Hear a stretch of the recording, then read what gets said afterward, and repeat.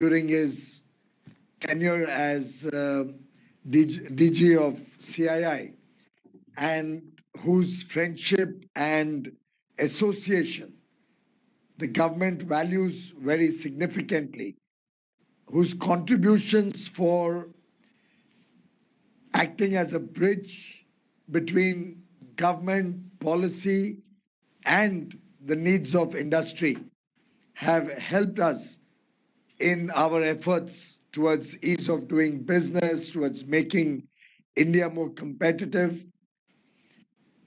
Shri Rajendra Ratnu, the Joint Secretary, Department for Promotion of Industry and Internal Trade, also the Controller General of Patents, Designs and Trademarks, all the members of the jury, all the award winners, some of whom we had the privilege of listening to and who shared their experiences with us.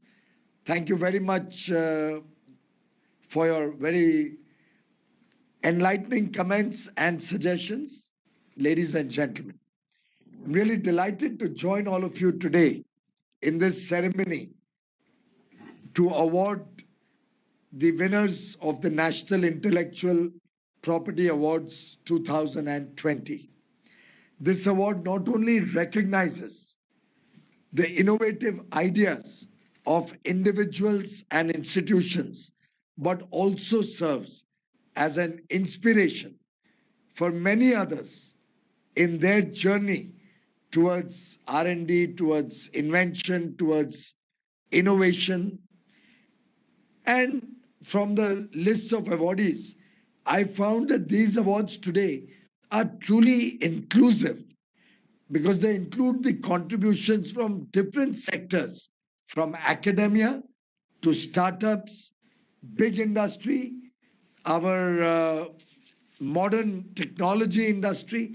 So in a way, it's a very nice mix of different sectors that are being recognized today. My congratulations on behalf of the Government of India and on my personal behalf to all the distinguished winners of this award today. I hope you will continue doing this exemplary work in the future, as also encouraging others, particularly our youngsters, to get more involved and engaged with the IP sector. Today, technology and ideas are the twin engines of growth. In fact, IPR is the fuel that powers growth, that powers the future of a country. I agree with Ganesh. I agree with Vishwesh when they speak about taking this to the next level. I mean, Vishwesh almost suggested we should have films made on it. I agree when Ashokji talks about taking this to the students in universities. And I'm going to come to that a little later. I'm really impressed, Omkarji, with the good work that you have done. Also, the good work that Arshad Jamilji spoke about at Biocon Biologics, or the work that Nuendra Innovations Private Limited has done over the last several years. I agree also with Omkarji when he says that if India is to go to the next level, all of us will have to invest deeply in R&D and the future of India and Indian industry is going to be defined with our ability to remain engaged with technology in the future. I compliment all of you for the good work you have done, and I'm sure you will continue to be the flag bearers of India's intellectual property ecosystem. All of you are helping change lives. You are helping create livelihoods. And I'm sure this ecosystem going forward will help transform India into an economic superpower. Just like geographical boundaries guard our country's interests, I think Intellectual Property Office is the guardian of our country's intellectual property and the innovation and invention that all of you come up with. I would like to urge each of the winners and stakeholders to also give us some guidance how we can further inculcate the spirit of inquiry, the inquisitiveness that should be there in every child coming out of college, every young boy or girl in the country. And how can we further improve the work of our IP office, the Copyright and IP office? Ratnuji did show us the transformational journey of the last 7 years, where there's been an exponential growth in the number of filings, the number of examinations, the patents or trademarks or copyrights or designs that have been granted approval. But I would like to also see how we can make it further easier to get approvals, more attractive for people both in India and abroad to come to India. And how can we make this entire ecosystem truly world class? We have seen significant improvement in our WIPO rankings, but I think there's scope for more. And while we have reached 48, I think the target that the Honorable Prime Minister has set for us is to break into the top 25 ranks. And I was reading the top 40, 50 countries. I found all of them were like the really developed nations. There was hardly any developing nation in the top countries in the WIPO rankings. Therefore, I think it's going to be quite a challenge, but I know with your support, we can do it. So I'd really urge each one of you well-wishers to kindly give us your ideas how we can take our IP office to the next level, make it even more user-friendly, make it seamless, make it completely electronic, online, and simple, fast, and efficient. India, as an ancient civilization, has been home to many discoveries. In fact, many of our discoveries later got attributed to Western countries. The Pythagorean theorem was first elaborated in India. It is reported that plastic surgery also was first performed in India. But unfortunately, we have not been able to document it or gain credit for all of these as much as we should have. Yoga was discovered in India, but today is, of course, through the International Day of Yoga, we are hoping to make it a worldwide phenomena. But the level of research, the level of understanding, the connect between science and yoga still needs to be done much more in India than what we are seeing. All of these have actually been a loss for the nation. But I'm sure that we can all work together to change this situation and give India the rightful place for the innovations and inventions and the good work that is happening in India. I agree with some of the previous speakers and award winners that we need to recognize IP as a very valuable asset in India. And I'm glad that Mr. Chandrajit Banerjee has elucidated three very interesting ideas on which we need to work. Because our IP rights must ensure whoever invents them are protected and guaranteed to prosper. And this can only happen with a greater degree of participation of the government, academia, our universities, and industry working in tandem with each other. I would like to accept CII's offer to work with us to create an India IP Think and Act camp.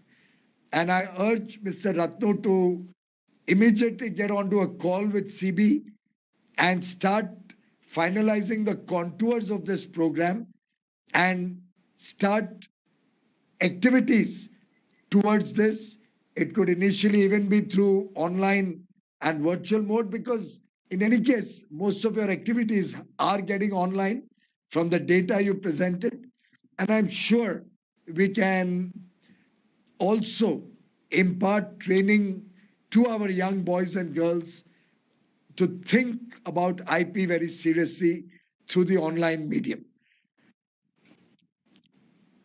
A very strong IPR regime will empower the expansion and energize our industry in challenging times. In fact, we saw that when we were fighting against COVID, the Biocon Biologics gentleman, Mr. Arshad Jamil, shared some of their outreach and some of their achievements during COVID. We have the personal protective equipment as another big success story of India. India today makes rapid testing kits in a big way. We make very high quality masks, both surgical, N95, and of all desired grades in India. We are often called the pharmacy of the world. Our pharmaceutical industry has done the nation proud. And of late, with fintech and edutech taking primary place, taking pole position in our unicorns and our technology ecosystems, our startup ecosystem, I think India has come a long way from the past. A strong IPR regime will empower the expansion of these sectors and really take us to the next level, because the progress of India is closely intertwined with the progress of the intellectual property regime.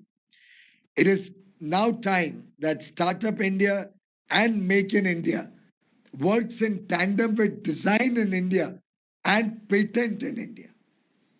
And towards that end, while under Prime Minister Modi, we have been taking giant strides in creating a robust IPR regime and ecosystem to foster innovation, we have a lot more to do going forward. One major initiative in this direction has been the National IPR Policy for a Creative India and Innovative India. Other key initiatives were shared by Mr. Ratno in terms of significant fee concessions, 10% to all those who file online, 80% fee concession for startups and small entities. I believe also for women entrepreneurs. We have tried to make the procedures much more compact, time-bound, user-friendly, and compatible for e-transactions. A comprehensive e-filing facility has been made available, and we are now processing the patents and trademark applications electronically. I have asked the office also to set up video conferencing facility so that all our applicants from different parts of the country can resolve the queries or respond to any questions and follow up on their requests through video conference and need not visit the patent office. I've actually asked them to move everything online and try to make this 100% electronic ecosystem so that we can completely eliminate any physical interface and any chances of any unethical practice in the entire patent ecosystem. We are also looking at certificates of grants and registration of trademarks being issued via email so that they are more transparent and there's ease of access. I have also suggested that we may, in the future, anonymize all the applications that we receive and then send it for examination to different offices so that the persons who are examining do not know the identity of the person who has submitted the application for patent or trademark. So we are trying in different ways to bring in transparency and ensuring very robust integrity in our IPR systems. The time of patent examination has come down from 72 months in December 2016 to between 12 to 24 months now. That also the time taken increases if there are any objections. If there are no objections, then the time has been reduced even below 12 months. I've asked the office to see how we can compress this time taken further And while we have, of course, been able to grant about 600%, show 600% growth in the number of patents granted now versus what it was 7 years ago, I do hope we'll see much more significant traction going forward. In the last 4 years, 14 lakh trademark registrations, as Mr. Ratno just said, have been issued versus 11 lakh in the 75 years before that, from 1940 to 2015. 11 lakh in 75 years, in 4 years, 14.2 lakh. That's the transformational journey that all of you have made possible. And I'd like to thank you for that. From Kashmiri Pashmina to Mysore silk and Darjeeling tea to Chikmagalur Arabica coffee, GI products, geographical indicator products, are now the torchbearers of Brand India. I would urge all of you, wherever you can locate any product which deserves GI certification, do please encourage them and help them to approach us so that we capture the GI that is rightfully India's at the earliest opportunity. If there are any impediments to that, please inform us. We'll be happy to re-examine the process, make it simpler. If there is any issue about costs, we are happy to reduce the costs. But in every which way, India must capture whatever is rightfully ours. हमारी भारत की विरासत को हमने समेटना है और भारत में रखना है. और इसमें अशोक जी, ओमकार जी, गणेश, अरशद भाई, आप सब लोग, विश्वेश, आप सब हमारी मदद करें, ऐसा मेरे आप सबसे दिल से दरख्वास्त है. We would also like to improve our ranking in the Global Innovation Index, as I said, from 48 to below 25, and that will need a lot of support from all of you. And I'd like CII to take or dedicate a team which can analyze what are the practices in other countries, in the top 48, 47 countries, and tell us where we can improve our processes and jumpstart to get into the league of the top 25. And we need to do it in mission mode, ladies and gentlemen. From artists to academia, and from individuals to institutions, there is now need to bring the IP revolution for inclusive progress for India. Strengthening these IPR laws will boost job creation, quality consciousness, competitiveness, and truly the might of Indian education, Indian research and development, and Indian industry, both manufacturing and services. If we have to become the innovation powerhouse of the world, I think we will need to extend intellectual property right to make it India's prosperity right. And that is where, ladies and gentlemen, I seek your indulgence to make India the hub of prosperity through innovation, to make India the design hub of the world, from cars to computers, from sewing machines to spaceships. We must encourage design and design capabilities for a better future for all Indians. I would like to suggest one or two programs which, Mr. Rattu, we could really work with CII to make happen.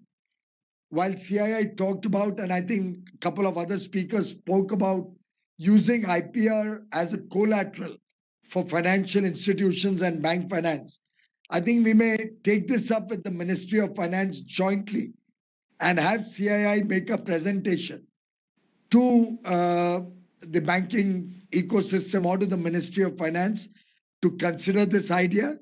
Of course, there would be some baggage and some historical wrongs which may create some impediments in this subject. But I do believe one or two bad examples should not be the defining feature for the future. So I would urge DPIIT and CII to work with the Department of Banking to take that idea forward. I think very good point that CB raised was about future technologies needing good quality planning and building of necessary skills. Towards that end, I think Dr. Chavan, you can play a very important role along with all the other universities, IITs, IIMs, other reputed universities across the country.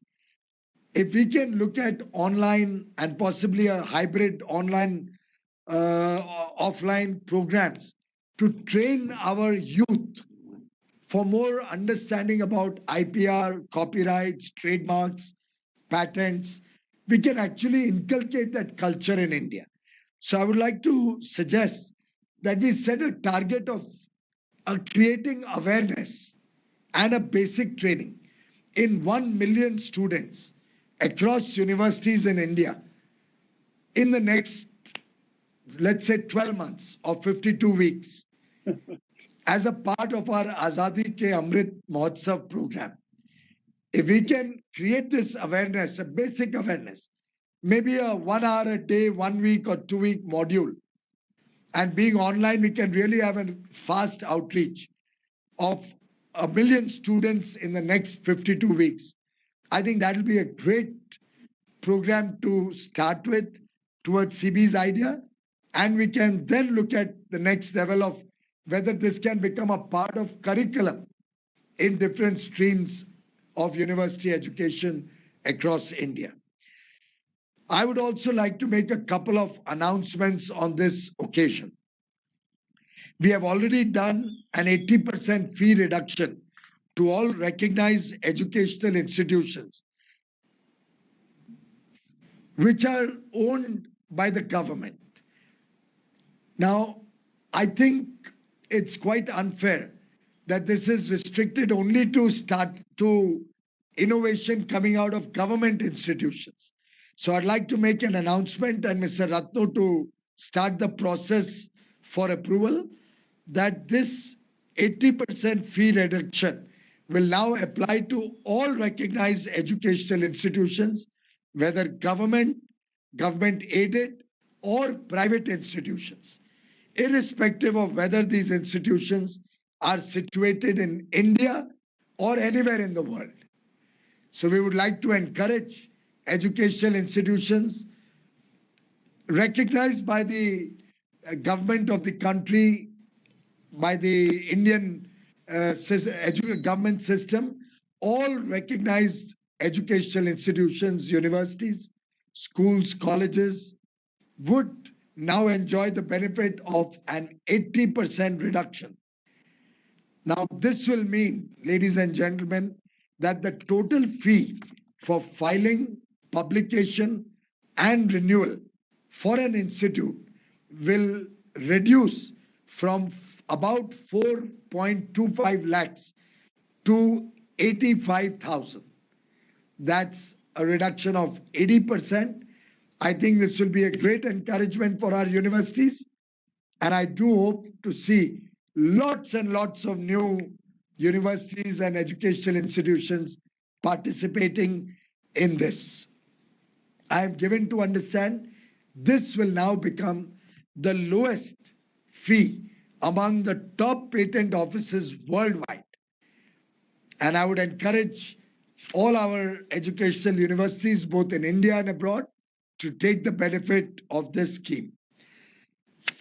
I would also like to suggest, and I would want the office to work out the modalities, how it will be done, and how the students will be selected, that on this auspicious occasion of 75th anniversary of India's independence, the patent office or the government, DPIIT, through the patent office, will institute 75 scholarships for students who are pursuing law, the IP studies in IP laws, who come from economically weaker sections of society. We may have some kind of a competition for all those students whose family income is below a certain level, modalities may be worked out by the patent office, and we may announce these scholarships for students who are pursuing law degree related to the intellectual property ecosystem. And I think it may be, I don't know, a 2-year course or a 5-year course, but we should give a scholarship for the entire duration to 75 students. And then if the program is successful, you can look at expanding that program further. But economically weaker sections of society should get an opportunity to study this highly technical subject. And universities such as the Amity Law School or the National Law School should be encouraged to give more and more admission to students from economically weaker sections. In fact, a possible way, and I know that Ashokji is a very philanthropic person, could be that we ask the universities to do a matching scholarship. So you could actually take this 75 to become 150. So whichever institutions participate in this program, by also offering a matching number of students a similar scholarship, that way it could go to 150 students from economically weaker sections. And then maybe at some day, we may find some other philanthropists who are willing to encourage such students, because India does need a lot more lawyers and experts with technical and legal knowledge of the IP ecosystem. So these were just some of my thoughts.